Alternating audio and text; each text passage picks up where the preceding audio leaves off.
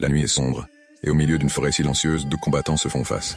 John Wick, l'assassin implacable, ajuste calmement son arme, tandis que Geralt de Rive, le sorceleur, dégaine ses épées, prêt à accomplir son contrat. Leur affrontement commence. John attaque en premier. Des coups de feu éclatent. Mais Geralt, rapide et protégé par le signe Quen, esquive avec une agilité surnaturelle. Il contre-attaque avec une onde de choc hard, projetant John en arrière. Wick, habitué aux situations extrêmes, se relève et riposte, utilisant un couteau pour bloquer les assauts féroces de l'épée d'acier de Geralt. Le combat s'intensifie. John utilise des grenades fumigènes pour désorienter Geralt, mais les sens aiguisés du sorceleur lui permettent de le localiser. Une boule de feu ignie illumine brièvement la scène, forçant Wick à changer de position. La lutte devient un mélange de précision tactique et de force brute, chaque homme repoussant ses limites. Le coup décisif. Geralt, blessé par une balle, utilise une potion pour se renforcer.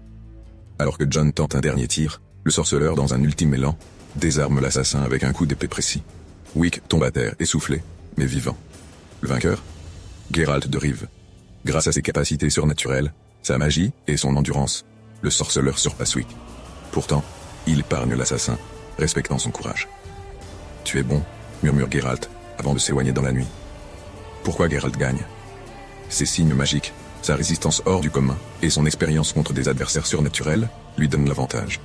Mais John Wick prouve qu'il est un adversaire digne des plus grandes légendes. Et vous? Qui pensez-vous qu'il aurait gagné?